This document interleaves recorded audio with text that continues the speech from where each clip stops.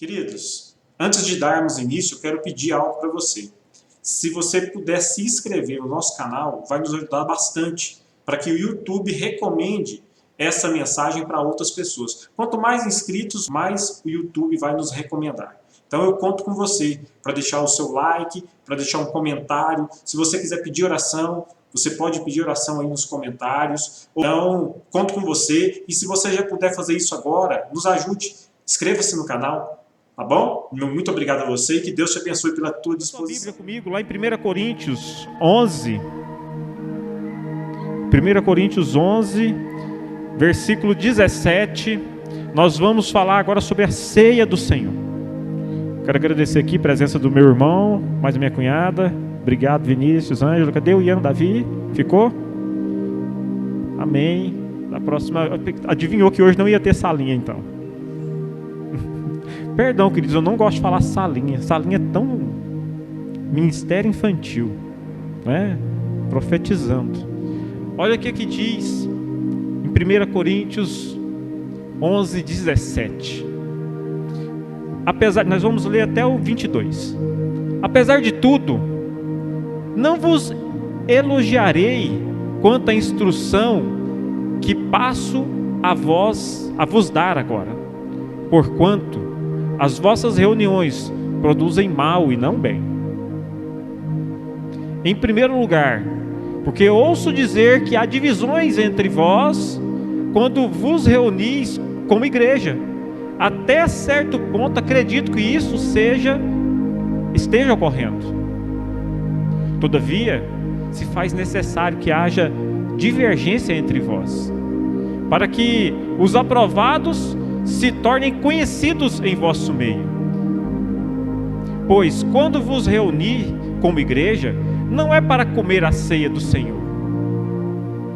Porque quando comeis, cada um toma antes a sua própria ceia, sem esperar pelos outros, e dessa maneira, enquanto fica com fome, outro se embriaga.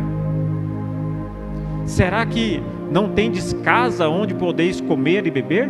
Ou, de fato, desprezais a igreja de Deus, humilhando os que nada possuem? Que vos direi? Acaso vos elogiarei por isso? Certamente que não vos elogio por essas atitudes. Amém? Fecha teus olhos, vamos orar.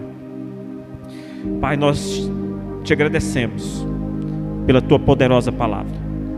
Que o Senhor possa nos revelar o Espírito por trás da letra. Que o Senhor possa trazer às nossas mentes, levando cativo a cada pensamento ao trono da graça. E que dos meus lábios saia a palavra dos céus para a terra, para que possa ocorrer transformação, não porque eu sou bom, não porque há algo bom em mim, mas é porque o Senhor resolveu assim fazê-lo para a tua igreja nesse dia, e o Senhor propôs dos altos céus hoje falar à tua igreja de forma extraordinária e transformadora, porque o Senhor é Deus neste lugar, e assim nós declaramos aqui a nossa dependência inteira ao Senhor, no nome de Jesus, amém? Queridos, é um problema cultural. Isso aí que você está vendo é um problema cultural.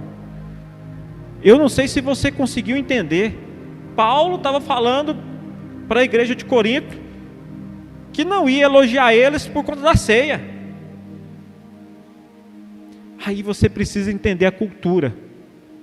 Naquela época, a cultura é que havia uma separação. Você imagina uma casa com vários cômodos grandes, e o cômodo principal, que era a sala de jantar, havia não muitos lugares para a quantidade de pessoas que ali iriam se adentrar para tomar a ceia. E o que acontecia? Servia-se primeiro naquele ambiente aonde era a sala principal. A comida estava posta à mesa, e aqueles que tinham mais recursos, que eram financeiramente mais abastados, se sentavam à mesa e comiam e bebiam. Comiam e bebiam. E os pobres chegavam e ficavam em pé, olhando em outras salas, porque a comida não chegava até lá. E eles não celebravam a ceia, não faziam parte é a respeito dessa separação que Paulo está falando ali aos Coríntios. A cultura romana fazia então essa separação de classes entre os irmãos. Tinha quem podia se sentar e os que ficavam em pé. Os que tinham acesso à ceia e os que não tinham. Os que tinham como comer e beber até se fartar. Para um problema cultural, deve haver uma mudança, uma transformação. Esse era um problema cultural da época. Eles aprenderam assim e pensavam que a igreja do Senhor também era assim, e faziam da mesma forma. Era tradição. Não quer dizer que era tradição celebrar a ceia daquele jeito, mas era tradição a comunhão entre as pessoas, tendo a separação de classes. A primeira coisa que nós percebemos é que tem que haver uma mudança na mente. Tem que haver uma mudança na mente. O Evangelho, Jesus, ele vem para fazer isso comigo e com você. A nossa mente precisa mudar. O nosso entendimento precisa mudar. Por quê, pastor? Porque quando eu mudo a minha mente, quando eu mudo a minha forma de encarar os problemas, quando eu mudo, eu transformo as minhas emoções. Eu trabalho a minha alma. Porque o maior problema do ser humano é a sua alma, que conflita com o teu espírito e com o teu corpo. E aí é que está o problema. Você está enraizado em uma cultura que não é a cultura do céu. Você está enraizado em uma cultura que não é a cultura pregada pelo nosso Senhor Jesus Cristo. Você está inserido num mundo aonde tudo o que é ensinado vai contra o que está no céu.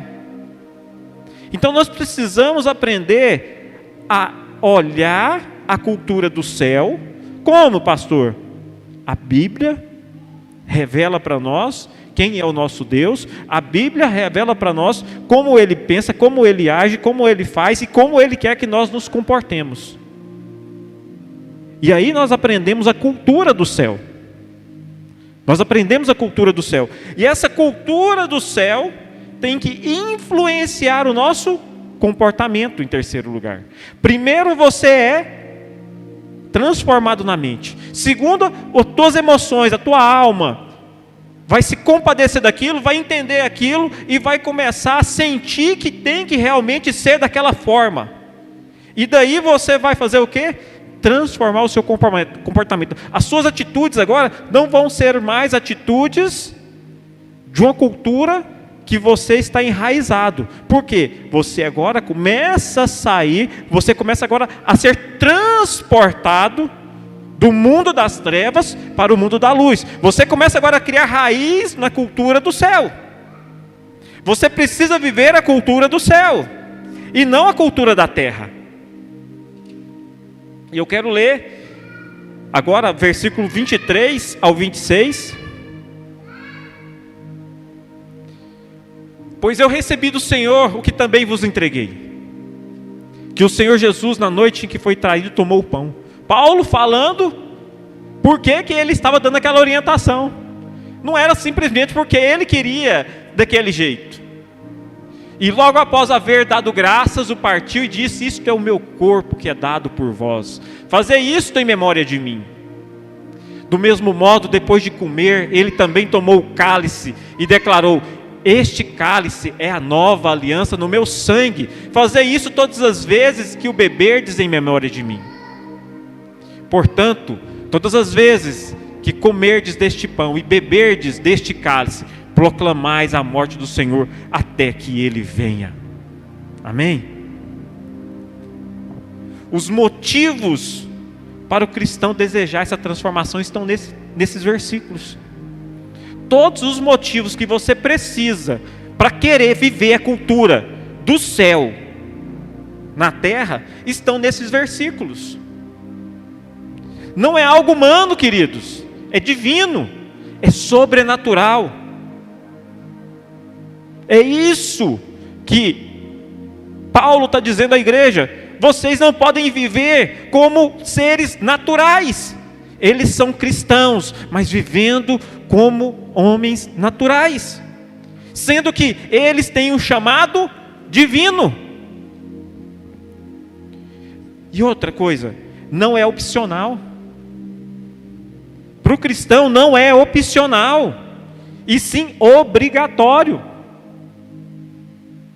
É obrigatório para o cristão ter uma vida com a cultura do céu, porque senão ele não pode ser chamado de cristão. Entenda, por que você acha que você é um cristão? O que significa para você cristão? Cristão é uma pessoa que se diz imitador de Cristo, é pequenos cristos. Você tem atitudes de Cristo, você vive como Cristo, a sua mente está com a mente de Cristo, a tua cultura é a cultura de Cristo, porque senão você não pode falar que você é um cristão. Não pode. Agora, não é individual. Não é individual. Mas sim em comunidade. Nós não temos como estar celebrando a ceia individualmente cada um.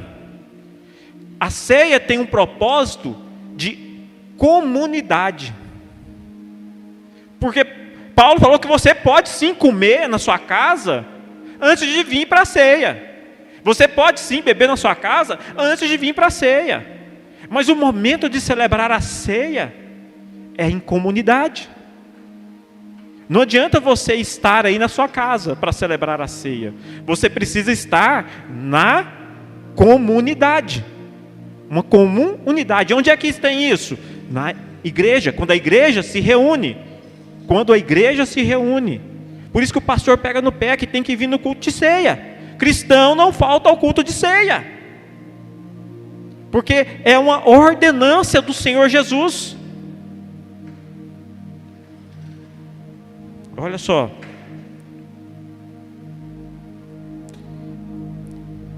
E não é juntos. A celebração não é nós juntos, mas somos nós unidos. É diferente. Nós precisamos estar unidos para comungar do corpo do Senhor. É em unidade. Não é uma formalidade, uma simples formalidade, mas é uma ordenança. Não é corriqueiro, queridos. A celebração da ceia não pode ser uma coisa corriqueira,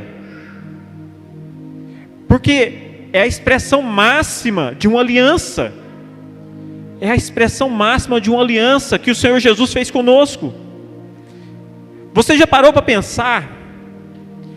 Você que é casado, você que está noivo, você que tem um compromisso com a pessoa, olha para a sua mão aonde você tem um anel agora. Você está olhando para a mão aonde você tem um anel. O que esse anel simboliza na tua vida? Uma aliança. Uma aliança. E muitas das vezes você trata esse anel, eu vou comprar uma aliança. Querido, você não compra aliança, você compra anel. Aliança você faz. Aliança você faz. O anel simboliza a aliança que você fez, o voto que você fez. Você pode chamar ele de aliança, do jeito que você quiser. No entanto, ele é um anel que simboliza uma aliança. Um voto que você fez, um comprometimento, um compromisso. E aliança, ela é eterna. Pacto é temporário, mas alianças são eternas, até que a morte vos separe. E quem é testemunha da tua aliança? Deus. Deus é a testemunha da tua aliança.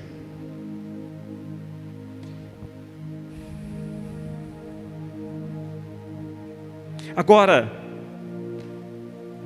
assim também deve ser entre Cristo e a igreja. Ele fez uma aliança. A aliança, quem fez a aliança foi Jesus. E Jesus fez a aliança. Qual foi a aliança que Jesus fez? Derramou o sangue dele na cruz. Ele fez essa aliança. A celebração da ceia é olhar para a mão de Cristo e ver o seu comprometimento em nos buscar para morar com Ele, com o corpo ressurreto, onde não vai haver dor, não vai haver mais crimes, não vai haver mais pandemia, não vai haver mais doenças. Ele fez uma aliança e Ele nos prometeu. Quando nós celebramos a ceia, nós estamos olhando para a mão de Jesus. A ceia é o símbolo, a ceia é como se fosse o anel que simboliza o que Jesus prometeu para nós, através do seu sangue. E não foi só vir nos buscar, Ele prometeu. Quando nós celebramos a ceia, nós entendemos que os nossos pecados são perdoados, que nós estamos agora não mais indo rumo à perdição, mas nós estamos caminhando rumo ao céu. Nós estamos agora indo para o céu. O nosso destino não é mais o lugar de tormento. O nosso destino agora é rumo ao céu, é rumo à Nova Jerusalém. Jesus vai nos buscar, vai nos ressuscitar, vai fazer de nós um novo corpo, um corpo que não vai ser corruptível, que não vai morrer mais. E é por isso que nós nos reunimos. E é por isso que você tem esse símbolo, esse anel no seu dedo. Porque se você não tem esse anel no seu dedo, como você vai se lembrar do compromisso que você fez? E se nós não celebramos a ceia todos os meses, como nós vamos lembrar do compromisso que Jesus fez por nós? Essa é a importância, porque Jesus sabe que nossa mente é fraca, que nós vamos esquecer. Por isso nós temos que ter o comprometimento de estarmos juntos a cada ceia. A cada ceia.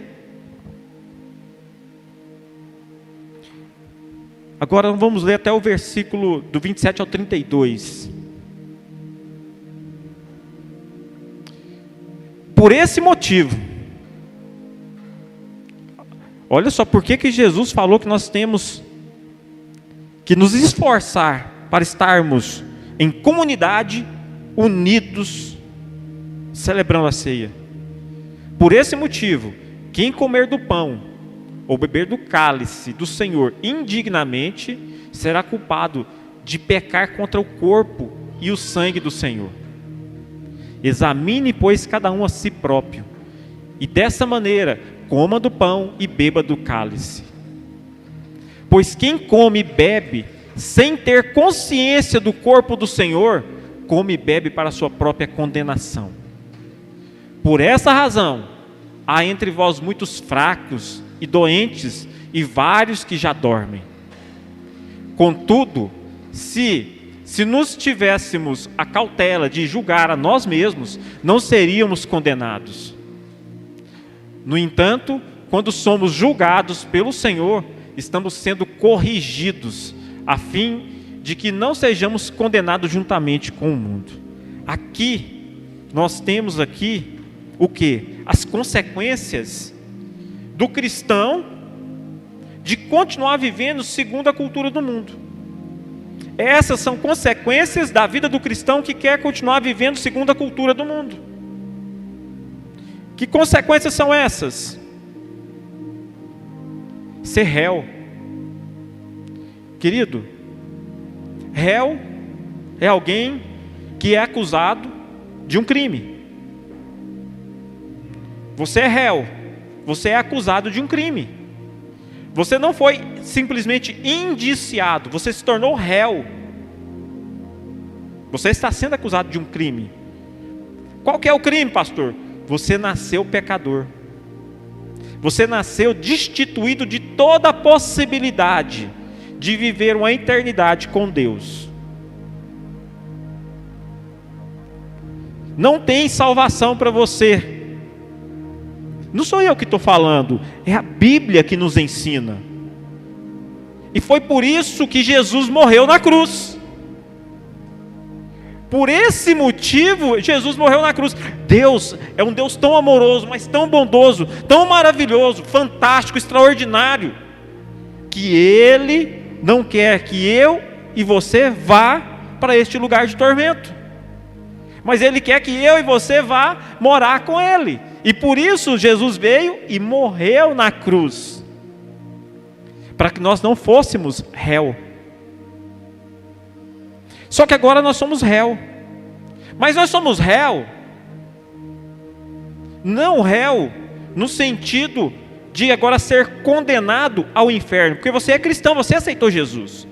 A partir do momento que você tem Jesus como o Senhor e o Salvador da tua vida, você não tem como ser réu para condenação eterna, mas você é réu. Por quê? Porque você deve ser julgado pelas atitudes de um cristão vivendo no mundo, porque o pai vai disciplinar o filho. Quem é o juiz? Deus é o juiz. E o que é que Deus vai fazer? Para que nenhum daqueles filhos se perca, Ele vai usar de disciplina, Ele vai usar de julgamento. Do jeito que você está vivendo a tua vida, não dá certo, você está dando mau exemplo, você é filho meu, eu preciso que você ande direito nos meus caminhos, desse jeito que você está andando, eu vou ter que tratar você, eu vou ter que dar umas varadas em você, eu vou ter que apertar, porque eu não quero que você vá para o tormento eterno. Então eu vou te direcionar. Não é assim? Quem quer que o filho vira bandido? Quem quer que o filho vá para as drogas? Quem quer que o filho sofra? Ninguém quer. Mas tem hora que a gente tem que permitir que o filho sofra, para que ele aprenda como viver a vida. E Deus é assim. E muitas das vezes Deus aperta. Quem sabe afinar violão aqui? Deus quer ver você afinadinho com Ele. E como é que afina o violão? Você tem como é que chama isso aqui? Tarraxa? Você vai apertando aqui e vai testando aqui, até dar o tom que Deus quer. Então Deus vai assim, vai apertando, e vai te puxando, e vai te puxando, e vai te puxando, e vai doendo, mas Ele não vai deixar estourar a corda. Mas você tem que dar o tom que Ele quer. Você é filho. Você é filho. E o pai vai disciplinar. Aí, ele fala que há muitos fracos, doentes, e uns que já dormem. Por quê?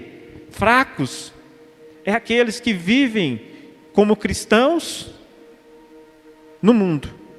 Ele frequenta ambientes que não convém, ele continua frequentando aqui a igreja, mas aí ele falta a igreja, mas vai para um outro ambiente de bebida, de prostituição, ou outra crença. Ele se mistura. Os doentes, aqueles que recebem de Deus a graça, mas eles sempre estão maus, sempre maus. E Deus vai tratar, porque Deus não quer ver ninguém dos filhos dele doente, Deus não quer ver ninguém dos filhos deles fracos. E os que dormem, é aqueles que já nem na igreja vêm mais, estão dormindo em casa, estão anestesiados, estão apagados, não tem mais compromisso com Deus. E Deus vai trabalhar com cada um deles. Você pode olhar que tem muito cristão passando por lutas aí fora. Não quer dizer que você dentro da igreja não vai passar por lutas, é diferente. Tem cristãos dentro da igreja que passam por lutas para que você seja aprimorado, para que você seja lapidado, para que você seja melhor. Agora, nesses outros casos, são cristãos que estão passando por luta para voltar pelo menos a estar no caminho que Deus quer. Agora, não haverá julgamento para os que julgam a si mesmo.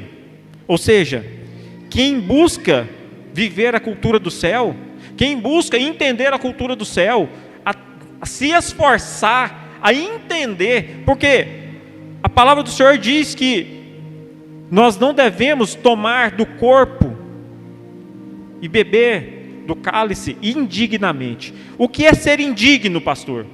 Você ser indigno é você não reconhecer o sacrifício de Jesus na cruz, é você não reconhecer que você estava destinado a um lugar de tormento, que você nasceu pecador e que você agora tem o privilégio de juntos nós celebrarmos uma ceia, lembrando que Jesus morreu por nós e que Ele vai voltar para nos buscar. Se eu não tiver isso na minha mente, eu sou indigno, porque eu não estou sabendo o valor que é uma celebração. Eu sou indigno. É como se eu não estivesse casado com a minha esposa e eu estivesse sempre adulterando, sempre traindo ela, independente de eu olhar para a aliança ou não. Eu olho para a aliança e não tem significado nenhum, não tem sentido nenhum, não valeu nada o meu compromisso com ela. E ser indigno é você olhar para a cruz, é você olhar no momento de ser e não entender o sacrifício de Jesus por mim e por você. Isso é ser indigno. Agora, você vem para a ceia, você olha para si, olha o que você precisa mudar, se esforça para mudar, faz um compromisso com Jesus, pede para o Espírito Santo, porque quem muda o homem não é o próprio homem, mas é o Espírito de Deus. O Espírito Santo de Deus é que te dá todas as ferramentas e a capacidade de se transformar, de você mudar. Mas se você achar que você está pronto, mas se você achar que não tem jeito, se você achar que é assim mesmo, por que o Espírito Santo vai te mudar? Você está cheio de você. Você precisa se esvaziar, para que o Espírito Santo possa produzir em você o fruto que Ele quer. Versículo 33 ao 34 agora, para nós caminharmos para celebrar a ceia do Senhor. Portanto, meus caros irmãos, quando vos reunirdes para comer a ceia, aguardais um pelos outros. Se alguém tiver fome, coma em casa, para que, quando vos reunirdes, isso não seja para a vossa própria condenação. Quanto às demais orientações, pessoalmente vos instruirei, assim que puder visitar-vos. Ficou claro para você o que quer dizer essa passagem em 1 Coríntios, do capítulo 11, do versículo 17 ao 34, o que estava acontecendo ali? Ficou claro que nós precisamos entender que não é simplesmente um culto qualquer. Para que não haja juízo, para que não haja um julgamento de Deus sobre nós, eu quero pensar com você 3 coisas. Primeiro, sirva e não queira ser servido. Sirva e não queira ser servido. O que é isso, pastor? Nós aprendemos que o servir é a melhor forma de amar ao próximo. É a melhor forma de nos humilharmos diante de Deus. Não é diante dos homens. Eu não sirvo por homens. Eu sirvo porque o meu Senhor me serviu. Eu sirvo porque o meu Senhor me falou para servir. Porque a minha natureza pecadora me deixa orgulhoso de ser servido. Mas a minha natureza do céu não permite que eu venha gostar de ser servido, mas que eu tenha prazer em servir. Isso é mudança de cultura. Isso é mudança de atitude, isso é mudança de mente. Queira servir. Queira servir. Para que você possa... Pastor, então, o que está acontecendo comigo? Eu fico de um lado para o outro, não tem nada para fazer e tal. Queridos, é assim, ó. Oficina, cabeça vazia, oficina do diabo. Nossa, pastor, tem trem demais para fazer. Eu sei, mas você tem coisa demais da terra. Você tem coisas demais da terra. Você precisa de coisas do céu. Você precisa se envolver com as coisas do céu. Você precisa estar servindo ao Senhor Jesus. E não falta oportunidade para aqueles que querem servir. Deus, Ele coloca um banquete diante de você. Mas você tem que se esforçar. Você tem que querer mudar a cultura. Segundo, ame e não queira ser amado. Para que não venha juízo. Ame. Ame como Jesus amou, de forma incondicional. Não ame esperando algo em troca. Eu não faço o que eu faço esperando um elogio. Porque, queridos, se eu fosse olhar o tanto que é difícil nós vivermos sem elogio, sem um compromisso com o outro, eu já teria desistido de ser pastor há muito tempo. Há muito tempo. Porque o que mais tem é críticas. O que mais tem é críticas. O que mais tem é olhar o defeito. Mas eu resolvi amar. Eu resolvi amar por quê? Porque o meu Senhor Jesus me amou. E eu tenho o amor dele, por isso eu posso dar a vocês o amor que ele me deu. De forma incondicional. Cultura do céu, ao invés de cultura da terra.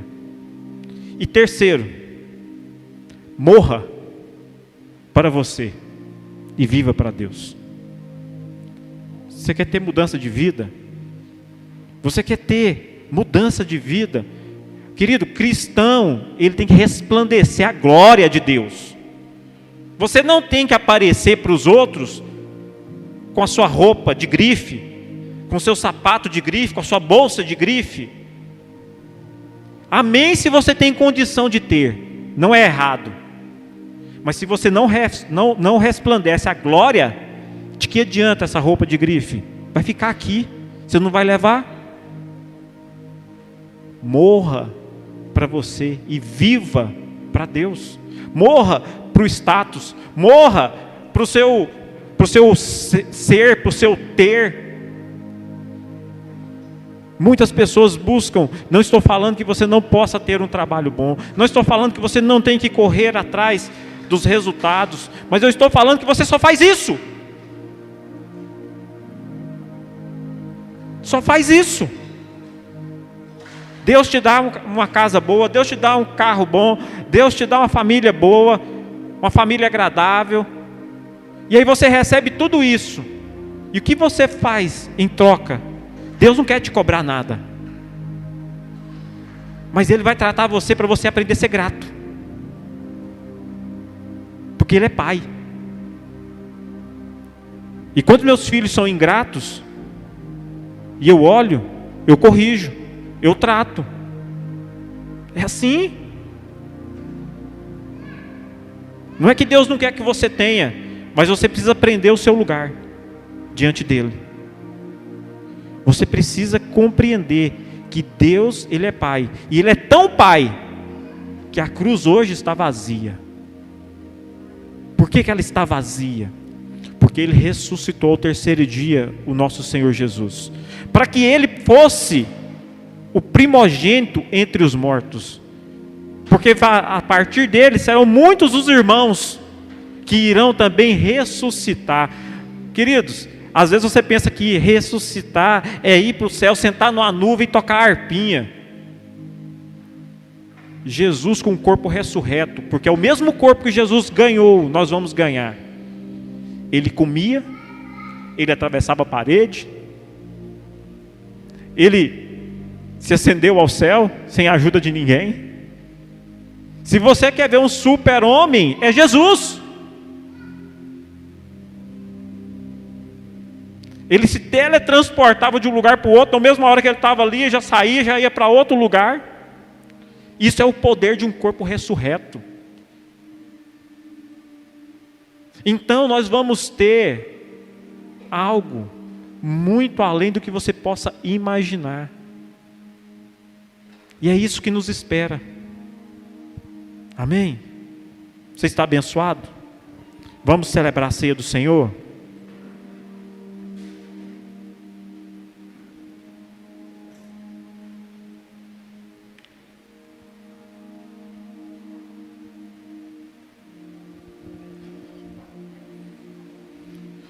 Ministério de louvor.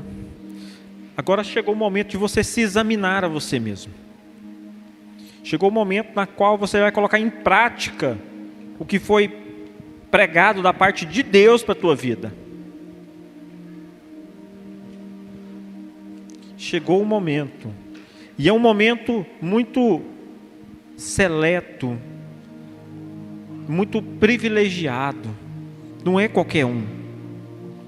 Não é para qualquer um, é só para os filhos.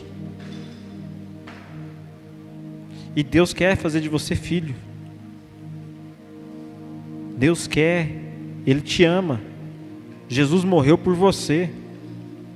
Eu gosto da história, já contei várias vezes aqui, mas não me canso de contar, de um presidiário que recebeu a visita de um pastor que foi levar a Bíblia para ele. E aquele pastor chegou, aquele presidiário estava condenado à morte. Ele já estava no seu dia de ir para a cadeira elétrica. E o pastor o visitou e disse a ele: filho, você se arrepende dos seus pecados? Você confessa Jesus como Senhor e Salvador da tua vida? E ele simplesmente cuspiu no pastor, na Bíblia. E o pastor então virou e foi embora. Passa um momento, chega correndo o agente prisional, falando para aquele presidiário: você é doido? O que é que você fez? Você sabe quem era aquele homem? E ele vira um charlatão, uma pessoa que cobra pela fé. Não. Aquele homem era o governador que se vestiu de pastor para te dar o induto da sua liberdade. Para te dar o induto da sua liberdade. E o que você fez com a sua liberdade? E aí aquele homem foi para a cadeira elétrica. E nas suas últimas palavras, perguntaram para ele: o que você quer dizer? Eu quero dizer que eu não fui condenado à morte pelos meus crimes, mas por rejeitar o perdão. Pessoas vão para o inferno não porque elas cometem pecado, mas porque rejeitam o amor de Deus, porque rejeitam o perdão de Deus, porque são muito boas, são muito santas, não precisam de Deus, não precisam se humilhar e ter um Senhor sobre a vida delas. Reflita nisso, pense nisso. Vamos